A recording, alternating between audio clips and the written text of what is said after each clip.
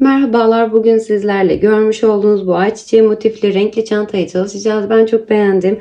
Umarım sizler de beğenirsiniz. Tam yaza uygun renkler oldu. Kanalıma abone olmayı, Instagram'dan beni takip etmeyi ve yaptığınız çantaları bana Instagram üzerinden göndermeyi unutmayın. Hepinize kolaylıklar diliyorum. Evet, çantamın ölçülerinden bahsedeyim sizlere. Ölçüsü 31 santim olmuş oldu şu kısma kadar. Ortadan itibaren 23 santim oldu ve eni de 30 santim oldu. Çantamın ölçüleri bu şekilde. Malzemelerimden video içerisinde bahsediyorum. 3 milim tığ kullandım. Hadi o zaman çantamızın yapımına geçelim. Çantam için Lamia'nın dominant ipini kullanıyorum. 6 renk kullanıyorum. Açıklama kısmına linkini ve kaçar adet kullandığımı ekleyeceğim. Oradan ulaşabilirsiniz. Malzemelerim bu şekilde. Çantamızın yapımına geçebiliriz. Çantamız için bu şekilde ayçiçeği motifinden 13 tane motife ihtiyacımız var. İstediğiniz renklerde, istediğiniz tonlarda bu şekilde motiflerinizi yapabilirsiniz. Ben kullandığım ipleri açıklama kısmına link olarak ekleyeceğim. İsterseniz aynı renklerden yapmak isterseniz oradan da temin edebilirsiniz. Hadi o zaman motif yapımımıza geçelim. Motifim için 3 milim tığ kullanıyorum. Öncelikle bir zincir çekip kapatma zincirim, bunu saymıyorum. 1, 2, 3, 4 ve 5 tane zincir çekiyorum. İlk çekmiş olduğum zincirin tepesine tığım batıyorum. İpimi çekerek bir kaydırma yapıyorum. 1, 2 ve 3 zincir çekerek bir üst sırama çıkıyorum. Zincirimi, burada çekmiş olduğum 3 zincirimi trabzan olarak sayıyorum. İpimi üzerine doluyorum. Hemen burada zincirimin boşluğuna, orta boşluğuna tığımı batıyorum. İpimi çekiyorum. 1 ve 2 kere de çekerek ikili trabzan yapıyorum. İpimi üzerine doluyorum. Aynı yere tekrar bir ikili trabzan daha yapıyorum. İpimi üzerine doluyorum. Aynı yere tekrar bir ikili trabzan yapıyorum. Zincirimle beraber 4 oldu. İpimi üzerine doluyorum. Aynı yere 5. ikili trabzanımı yapıyorum. İpimi üzerine doluyorum. 6, ipimi üzerine doluyorum. 7.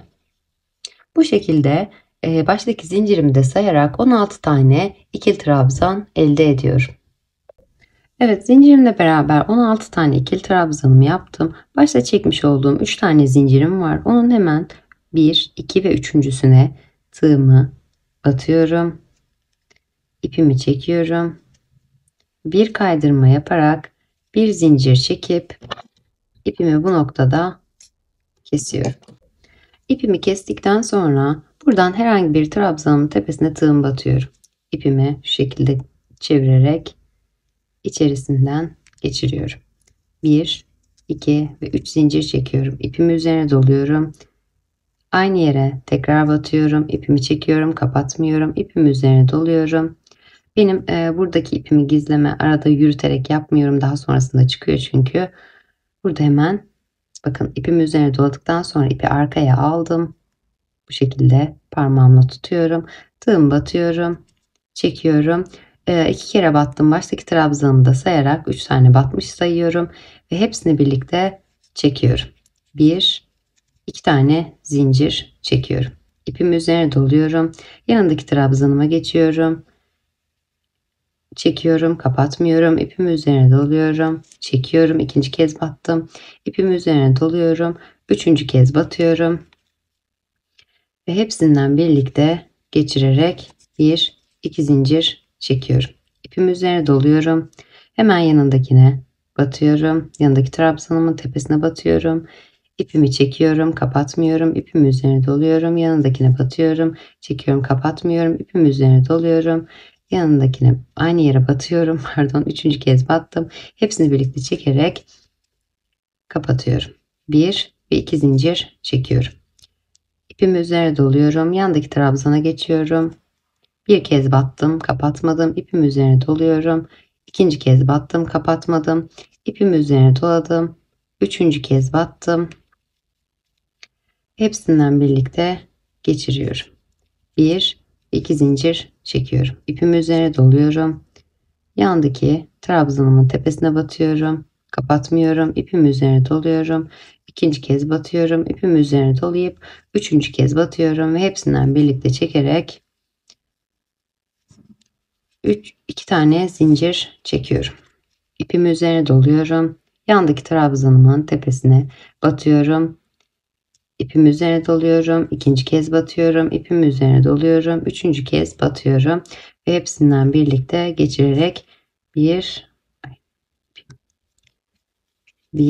ve iki zincir çekiyorum. İpimi üzerine doluyorum. Yanındaki trabzanın tepesine batıyorum. İpimi çekiyorum.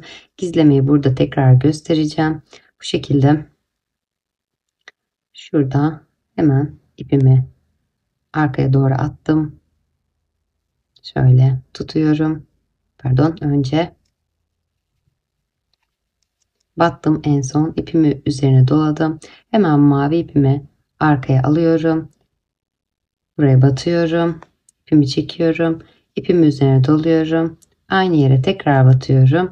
3 kez batmış oldum. Mavi ipim arkaya geçmiş oldu. Bu şekilde ipimi hepsinden birlikte çekerek bir ve iki zincir çekiyorum.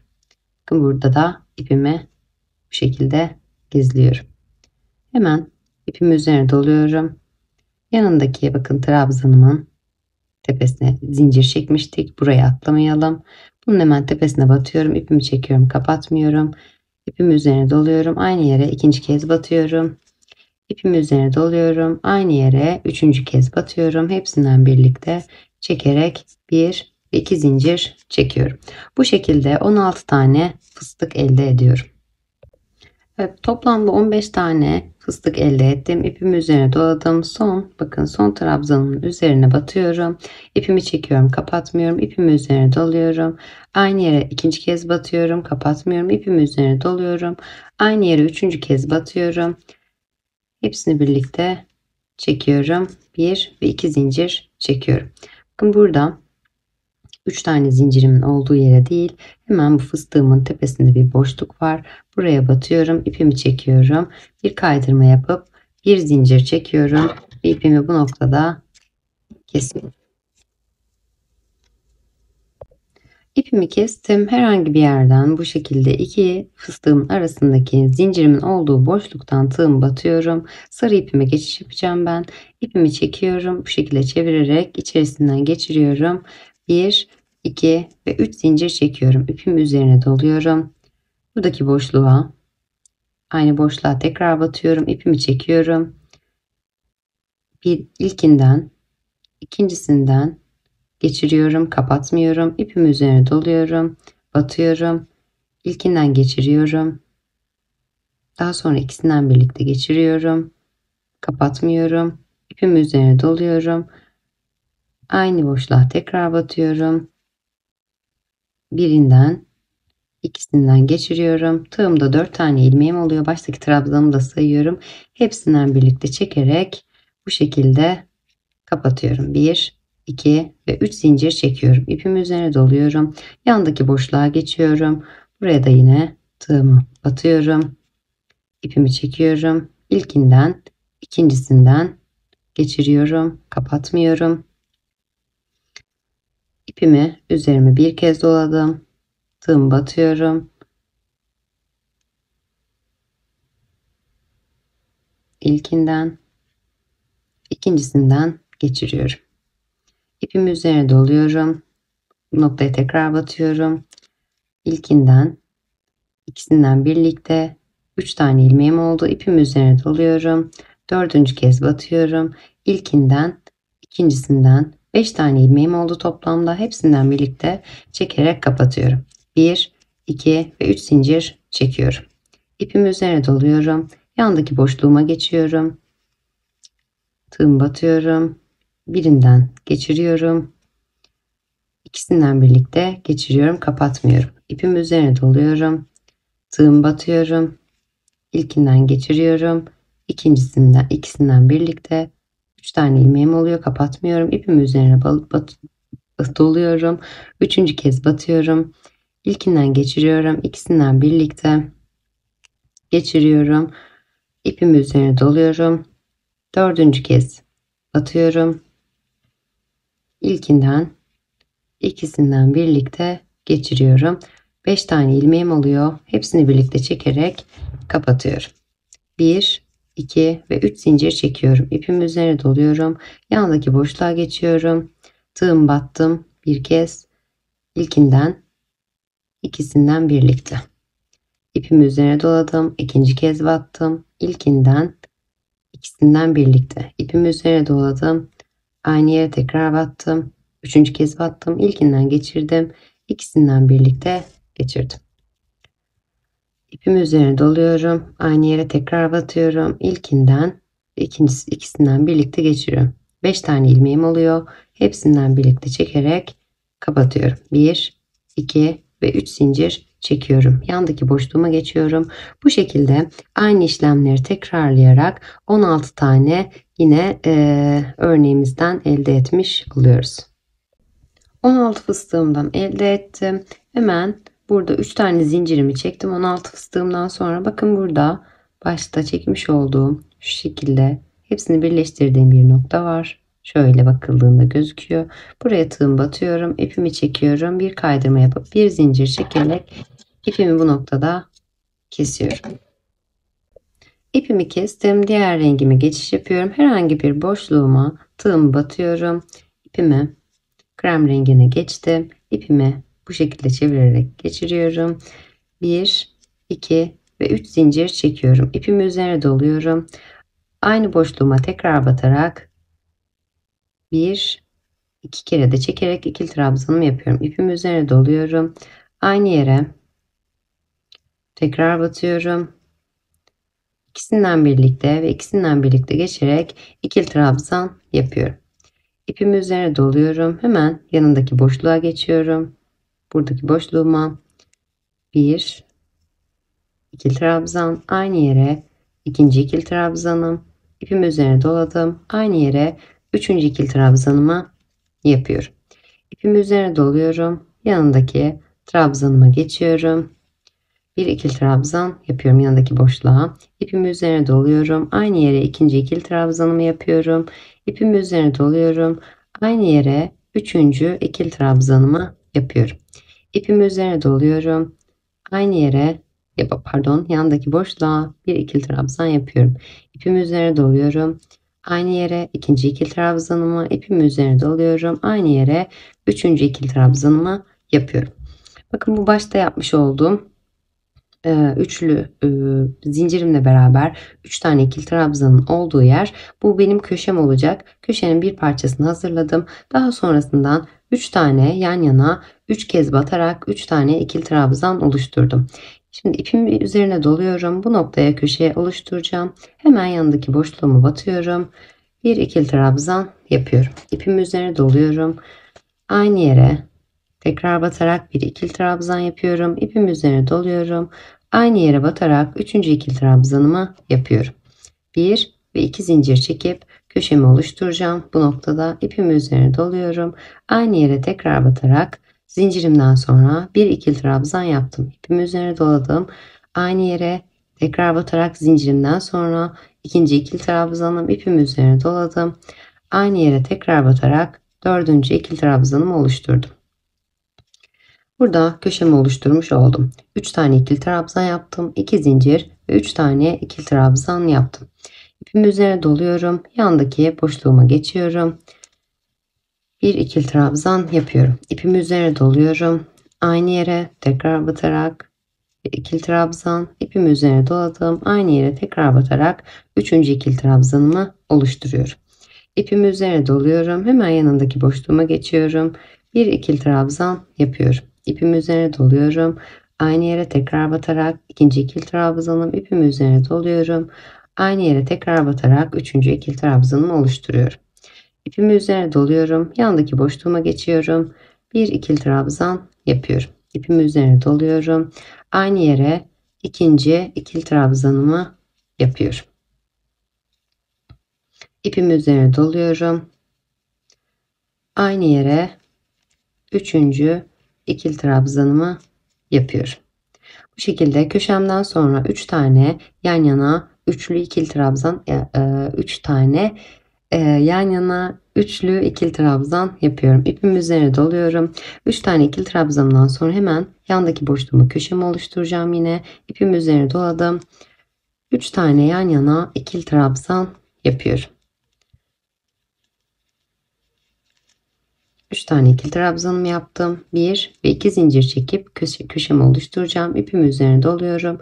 Aynı boşluğa tekrar batarak 3 tane ikili trabzan daha yapıyorum. 2 ve 3. Köşemden sonra 3 tane yan yana ikili trabzan oluşturdum. 3'er taneden oluşan ve tekrar köşemde 3 tane ikili trabzan, 2 zincir ve 3 tane ikili trabzan yaptım. İpimi üzerine doluyorum. Yandaki boşluğa geçiyorum. Bir ikili trabzan, aynı yere ikinci ikili trabzanım, aynı yere üçüncü ikili trabzanımı yapıyorum. İpimi üzerine doluyorum. Aynı yere yandaki boşluğumu geçiyorum. Bir ikili trabzan, ikinci ikili trabzanım ve üçüncü ikili trabzanımı yapıyorum. İpimi üzerine doluyorum. Yandaki boşluğa geçiyorum. Bir ikili trabzan, aynı yere ikinci ikili trabzanım, ipimi üzerine doladım. Aynı yere üçüncü ikili trabzanımı yapıyorum. Köşemden sonra 3 tane yan yana ikili trabzan oluşturdum. 3'er taneden oluşan. İpimi üzerine doladım. Köşeme oluşturacağım. Yandaki boşluğa geçiyorum. Bir ikili trabzan, aynı yere ikinci ikili trabzanım, aynı yere üçüncü ikili trabzanımı yapıyorum. 1 ve 2 zincir çekiyorum. İpimi üzerine doluyorum. Aynı boşluğumun içerisine köşemi oluşturmak için 3 tane ikili trabzan yapıyorum. 3 ikili trabzanımı da yaptım.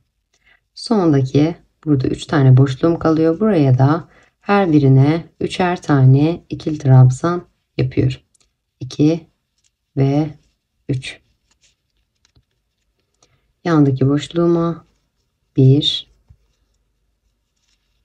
2 ve 3. İpim üzerine doluyorum. Yandaki boşluğuma 1, 2 ve 3 tane ikili trabzan yaptım. Bakın son köşemden sonra yan yana 3'er taneden oluşan 3 tane ikili trabzan yaptım. Bu noktada tekrar köşemin yarısını yapmıştım demiştim başta. Bu noktada tekrar köşemi oluşturacağım. İpimi üzerine doladım. İlk başta başlamış olduğum boşluğun içerisine batarak ipimi çekiyorum. Bir ikili trabzan yapıyorum. Aynı yere tekrar batıyorum. Bir ikili trabzan yapıyorum. Aynı yere tekrar batıyorum. Bir ikili trabzan yapıyorum. 3 tane ikili trabzan oluşturdum. Bir zincir çekiyorum. Bu noktada ipimi üzerine doluyorum üst sırama geçmek için. Burada 3 tane başta zincir çekmiştik. Üçüncüsünün tepesine tığımı batıyorum. İpimi çekiyorum ve hepsinden birlikte geçiriyorum. 1, 2 ve 3 zincir çekiyorum. İpimi üzerine doluyorum. Üst sırama geçtim.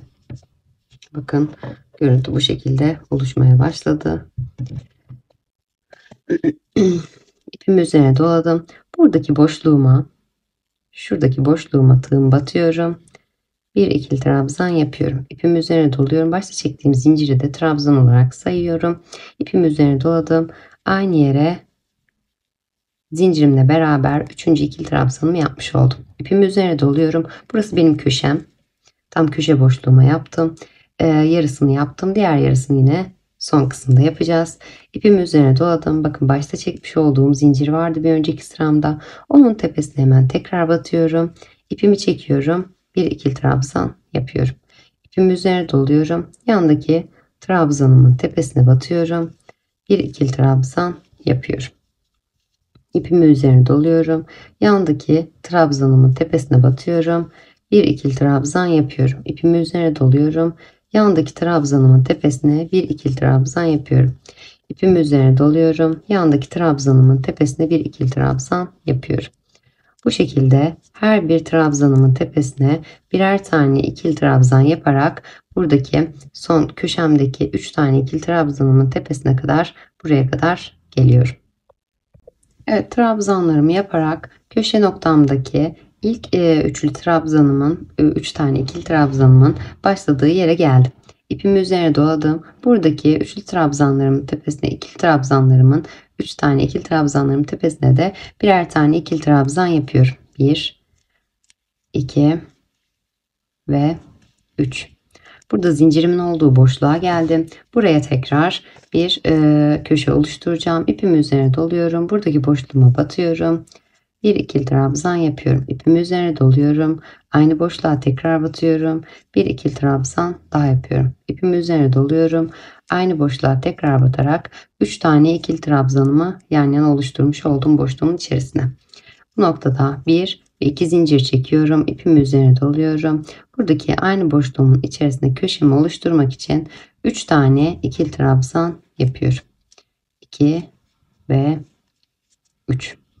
Köşemi oluşturdum. Hemen yandaki trabzanlarıma geçeceğim. İpimi üzerine doluyorum. Bakın ilk trabzanın tepesi biraz arkada kalıyor. Burayı unutmuyoruz. Buraya tığımı batıyorum. İkisini birlikte çekerek ikili trabzan yapıyorum. Yanındaki trabzanın tepesine ikili trabzan, yanındaki trabzanımın tepesine ikili trabzan yapıyorum. Bu şekilde her bir trabzanın üzerine birer tane ikili trabzan yapıyorum. Köşe noktamda tekrar köşemi oluşturuyorum. Yine diğer trabzanlarımı geçiyorum. Onların üzerine de birer tane ikili trabzan yapıyorum. Yine köşemi oluşturuyorum. Daha sonrasında her bir trabzanın üzerine birer tane ikili trabzan yaparak buradaki ilk başta başladığım köşemde ilk kanadına, üçlü trabzanın ilk kanadına kadar geliyorum. Bütün köşelerimi de oluşturduktan sonra her bir trabzanın üzerine birer tane trabzan yaparak ilerledim. Sonda 3 tane ikili trabzanım kalana dek bu şekilde ilerledim. İpimi üzerine doluyorum. Son 3. trabzanın ilkin tepesine tığım batıyorum. Bir ikili trabzan yapıyorum. İpimi üzerine dolayarak yanındakine bir ikili trabzan, ipimi üzerine dolayarak yanındakine bir ikili trabzan yapıyorum. Trabzan sıramı tamamlamış oldum. İpimi üzerine doluyorum. Başta hatırlarsanız bu köşemizin yarısını oluşturduk demiştim. İpimi üzerine dolayarak bu kısma tekrar köşemizi oluşturacağız. Ben buradaki boşluğa batıyorum.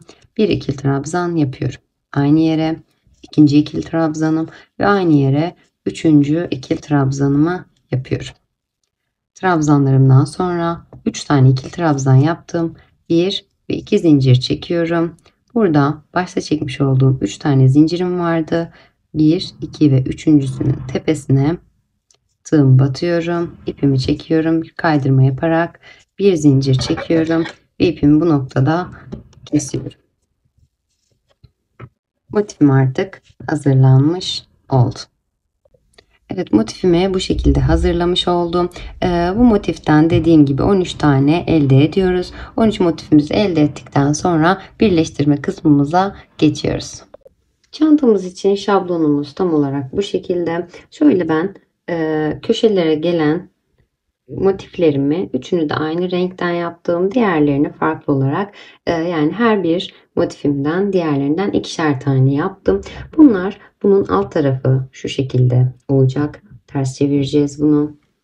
Şunlara şöyle. Ve hepsinin karşısına aynı şekilde aynı renkleri getirerek bu şekilde birleştirme kısmıma geçeceğim. Şablonum bu şekilde. İsterseniz ekran görüntüsü de alabilirsiniz. Ben sadece bir kısımda birleştirmesinde şu köşe kısmının şu üçünün birleştirmesini sizlerle paylaşacağım. Evet, birleştirmemden bu köşedeki parçalarımdan başlayacağım. Bunları ters çevirerek yapacağım. Bu köşede katladığım motifim şu şekilde ters çeviriyorum. Tersinden birleştireceğim. Diğer motifimi de aldım. Hemen tersini çevirerek iki iç tarafı, düz tarafı birbirine bakacak şekilde bu şekilde ayarlıyorum. Hemen burada bakın köşede zincirimin olduğu yerden tığım batıyorum. Karşısındaki köşe boşluğuma batıyorum. İpimi bu şekilde çekerek bir zincir çekiyorum. Aynı yere tekrar karşılıklı olarak batıyorum. İpimi çekip bir sık iğne yapıyorum. Hemen yanındaki trabzanımın tepesine batıyorum. Karşısındaki trabzanımın tepesine batıyorum. İpimi çekiyorum ve bir sık iğne yapıyorum. Yanındaki trabzanımın tepesine, karşısındaki trabzanımın tepesine batıyorum. İki kanadına birlikte alarak ikisinin de bir sık iğne yapıyorum. Yanındaki trabzanımın tepesine ve karşısındaki trabzanımın tepesine batıyorum. İkisinden birlikte çekerek bir sık iğne yapıyorum. Yanındaki trabzanımın tepesine ve karşısındaki trabzanımın tepesine tığım batıyorum. İkisinden birlikte çekerek bir sık iğne yapıyorum. Yanındakine ve karşısındakine batarak ikisinden birlikte çekerek bir sık iğne yapıyorum. Yanındakine ve karşısındakine batıyorum. İkisinden birlikte çekerek bir sık iğne yapıyorum. Bu şekilde köşe noktama kadar geliyorum. Evet, karşılıklı olarak birleştirmelerimi yaptım. Sık iğne ile hemen köşedeki zincirimin olduğu yere geldim. Buraya tığımı batıyorum. Karşıdaki boşluğa yine zincirimin olduğu yere batıyorum. Bir sık iğne yapıyorum. Bu kısmı bitirmiş oldum. İpimi şöyle biraz uzatayım. Bakın, hatırlarsanız bu benim kenar kısmım demiştim. Buradaki parçam. Şu şekilde katlıyorum. Hemen altına da aynı motiften bir tane daha geleceğini söylemiştim. Bakın bu sarının bu köşesi buraya denk gelmiş oluyor. Hemen bunu şu şekilde iç tarafları birbirine bakarak bakacak şekilde çeviriyorum. İpimi koparmadan hemen diğer motifin birleştirmesine de geçiyorum. Şöyle. Aynı yere tekrar batıyorum. Buradaki boşluğuma, köşe boşluğuma batıyorum. Ve karşıdaki motifimin köşe boşluğuna batıyorum. İpimi çekiyorum. Bir sık iğne yapıyorum. Yanındaki trabzanıma geçiyorum. Trabzanın tepesine ve karşısındaki motifimin trabzanın tepesine batıyorum. Bir sık iğne yapıyorum. Yanındakine ve karşısındakine bir sık iğne. Yanındakine ve karşısındakine bir sık iğne. Yanındakine ve karşısındakine bir sık iğne. Yanındakine ve karşısındakine bir sık iğne. Yanındakine ve karşısındakine bir sık iğne. Bu şekilde karşılıklı olarak denk gelecek şekilde trabzanlarımın tepesine tersten sık iğnelerimi yaparak köşeme kadar ilerliyorum. Evet, köşeme kadar bütün birleştirmemi yaparak geldim. Sık iğnelerle buradaki köşe boşluğuma tığım batıyorum. Karşısındakine batıyorum. İpimi çekiyorum. Bir sık iğne yaparak köşemin birleştirmesini tamamlıyorum. İpimi biraz uzatayım. Bakın, şöyle düz tuttuğumuzda şöyle katladığımda iki motif karşılıklı olarak denk geldi. Hemen yanına buradan devam ederek hemen alttaki motifimi yapıyorum.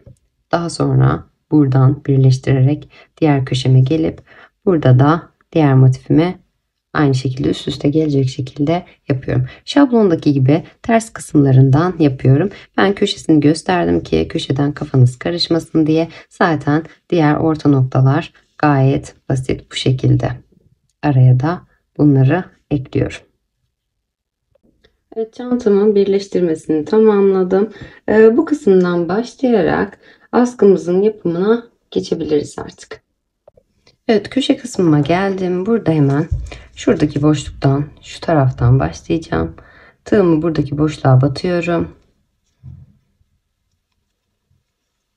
Çevirerek ipimi çekiyorum ve bir sık iğne yapıyorum. Hemen karşısındaki boşluğuma, şuradaki boşluğa bir sık iğne yapıyorum. Yanındaki trabzanın üzerine geliyorum. Bir sık iğne yapıyorum. Yanındaki trabzanımın tepesine bir sık iğne yapıyorum. Yanındaki trabzanımın tepesine bir sık iğne. Yanındaki trabzanımın tepesine bir sık iğne. Bu şekilde her bir trabzanın üzerine birer tane sık iğne yaparak buradaki köşe boşluğuma kadar ilerliyorum.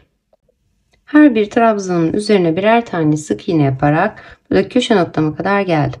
Buradaki boşluğumun içerisine de hemen bir sık iğne yapıyorum.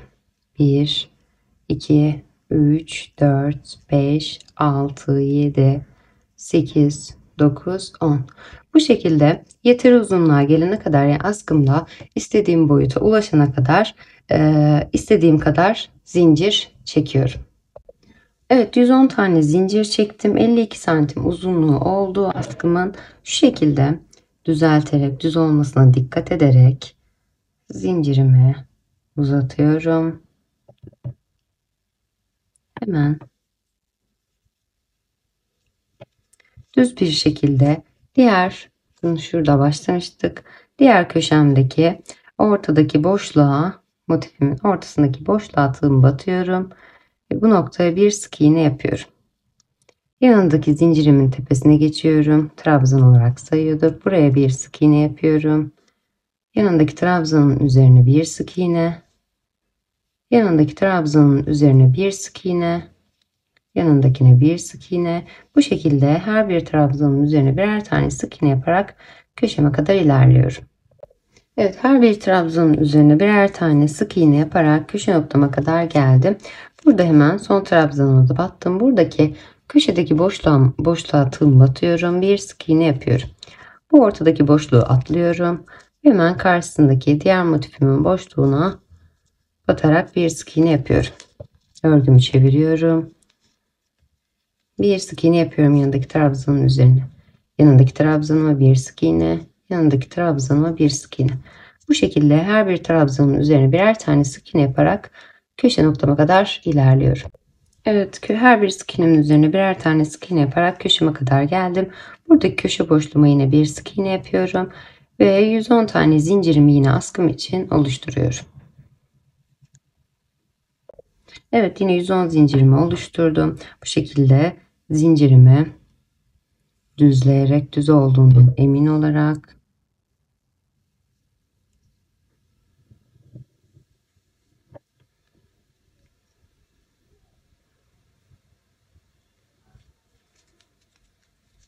tığımı bu köşemdeki boşluğuma batıyorum ve bir sık iğne yapıyorum. Yanındaki trabzanımın tepesine bir sık iğne, yanındaki trabzanımın tepesine bir sık iğne. Bu şekilde yine başladığım noktaya kadar ilerliyorum. Evet, sık iğnelerimi yaparak başladığım noktaya kadar geldim. Şurada başlamıştık, bakın.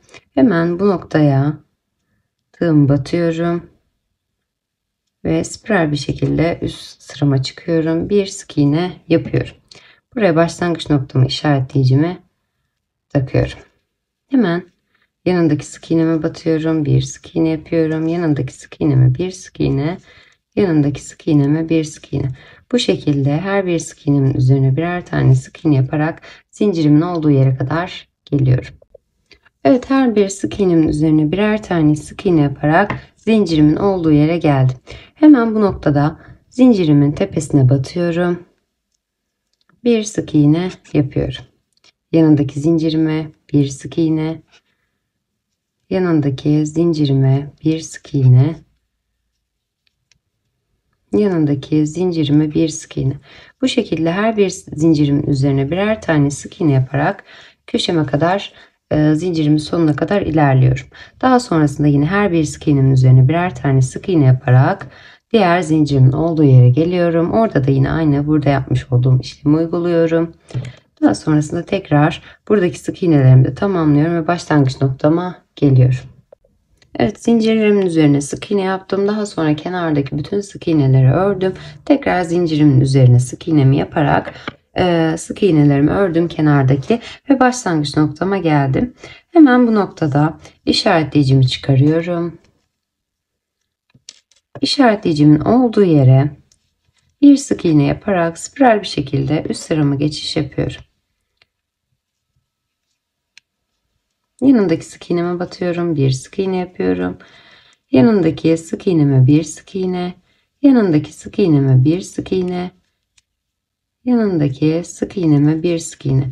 Bu şekilde her bir sık iğnemin üzerine birer tane sık iğne yaparak askımın olduğu yere geliyorum. Buradaki sık iğnelerime de yine sık iğnelerimi yapıyorum. Yine kenar kısımlarıma sık iğnelerimi yaparak yine diğer askıma geliyorum. Burada da yine sık iğnelerin üzerine birer tane sık iğne yaparak başlangıç noktama geliyorum. Yine spiral bir şekilde bir üst sıraya çıkarak sık iğnelerimi yapıyorum. Askımda yeteri kalınlığa gelene kadar, istediğimiz kalınlığa ulaşana kadar bu şekilde sık iğnelerimi tamamlıyorum. Her başlangıç noktamda da bu şekilde sık iğne ile üst sırama çıkıyorum spiral bir şekilde ve artık askımda yeter uzunluğa geldikten sonra çantamı tamamlamış oluyorum.